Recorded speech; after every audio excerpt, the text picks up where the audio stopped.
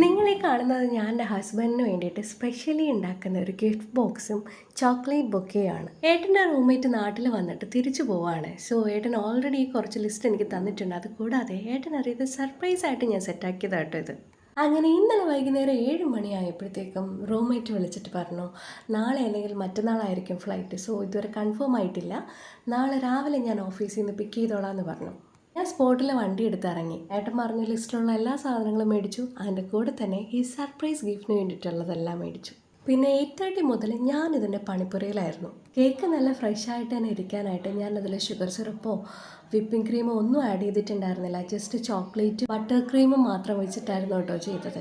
ഏകദേശം വെളുപ്പിന് ഒരു 3 മണിയായപ്പോഴത്തേക്ക് ഞാനിതെല്ലാം സെറ്റാക്കി കഴിഞ്ഞിട്ടുണ്ടായിരുന്നു. പിന്നെ ഭയങ്കര സന്തോഷത്തോടെ കേട്ടോ കിടന്നുറങ്ങിയത്.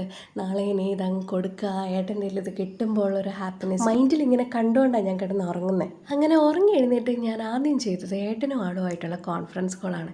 ശരിക്കും ഷോക്കായിപ്പോയി. ആളിപ്പോൾ ശ്രീലങ്കയിലാണുള്ളത്. അതറിഞ്ഞതും എൻ്റെ കണ്ണ് നിറഞ്ഞ് ഒഴുകുന്നുണ്ടായിരുന്നു. പക്ഷേ ആൾക്ക് ഞാനൊരു ഹാപ്പി ജേണിയൊക്കെ പറഞ്ഞ് ഞാൻ കോള് കട്ട് ചെയ്തെങ്കിലും ഏട്ടനോട് പറഞ്ഞ് ഒത്തിരി കരഞ്ഞു. രാത്രി ആയപ്പോൾ ആൾക്ക് മെയിൽ വന്നത് വെളുപ്പിന് 5 മണിക്കുള്ള ഫ്ലൈറ്റായിരുന്നു. ഈ 2 വർഷത്തിനിടയിൽ പൊളിഞ്ഞു പോയൊരു സർപ്രൈസ് ഇത് മാത്രം കേട്ടോ. അങ്ങനെ സർപ്രൈസ് ആയിട്ട് ഏട്ടൻ്റെ കയ്യിൽ എത്തിക്കാനിരുന്ന ഗിഫ്റ്റ്സ് എല്ലാം ഞാൻ വീഡിയോ കോളിലൂടെ കാണിച്ചു. കണ്ടപ്പോൾ ഏട്ടൻ്റെ കണ്ണ് നിറഞ്ഞു. ഒത്തിരി സന്തോഷവും വിഷമവും ഒക്കെ ആയിരുന്നു ആ മുഖത്ത്. എന്നാൽ എന്നെ സമാധാനിപ്പിക്കാനായിട്ട് പറഞ്ഞു, ഞാനിപ്പോൾ ഇതൊക്കെ കണ്ടില്ലേ, ഞാൻ കഴിച്ചതായിട്ട് നീ കൂട്ടിക്കോ, എനിക്ക് ഒത്തിരി ഇഷ്ടമായി എന്ന്. ശരിക്കും ആ ഒരു വിഷമം ഇപ്പോഴും മാറിയിട്ടില്ല. എത്ര പെട്ടെന്നല്ലേ സന്തോഷങ്ങളെല്ലാം സങ്കടമായിട്ട് മാറുന്നേ. ഇത് കേൾക്കുമ്പോൾ മറ്റുള്ളവർ വിചാരിക്കും ഇതിലിത്ര സങ്കടപ്പെടേണ്ട കാര്യമുണ്ടോ ഈ ഒരു കുഞ്ഞു ഗിഫ്റ്റ് എത്താത്തതിലെന്ന്. ഈ ഒരു വിഷമം ഇതേ അളവിൽ മനസ്സിലാക്കണമെന്നുണ്ടെങ്കിൽ അതൊരു പ്രവാസിയുടെ ഭാര്യയ്ക്കേ പറ്റത്തുള്ളൂ.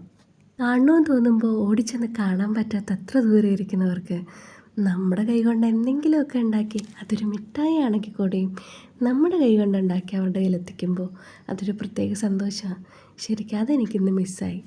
എന്നെപ്പോലെ സെയിം സിറ്റുവേഷൻ ആർക്കെങ്കിലും വന്നിട്ടുണ്ടെങ്കിൽ കമൻറ്റ് ചെയ്യട്ടോ. അപ്പോൾ bye from real taste by Naira.